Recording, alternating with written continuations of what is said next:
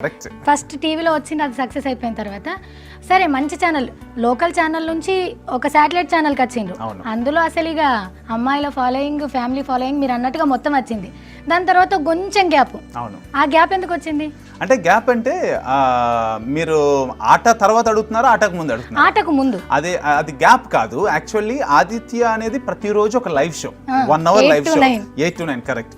So ఆ 1 hour అలా సంవత్సరం కనపడేసరికి నేను అందరికీ మధ్యలో మాటలాగా మధ్యలో మనిషిలాగా నేను దూరిపోయాను అందరిలోకి. సో ఒక్కసారిగా నేను అంటే నాకు ఒక ఆఫర్ వచ్చింది అప్పుడు.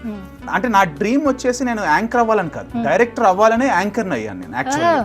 సో నేను ఆ నెక్స్ట్ లెవెల్కి వెళ్ళాలి కాబట్టి నేను ఏం చేయాలి, ఇప్పుడు ఇది అయిపోయింది, లైవ్ షో అయిపోయింది, ఇప్పుడు ఆన్లైన్ షోస్, అంటే ఇది ఒక చిన్న సైజు ఆన్లైన్ షో కింద లెక్క.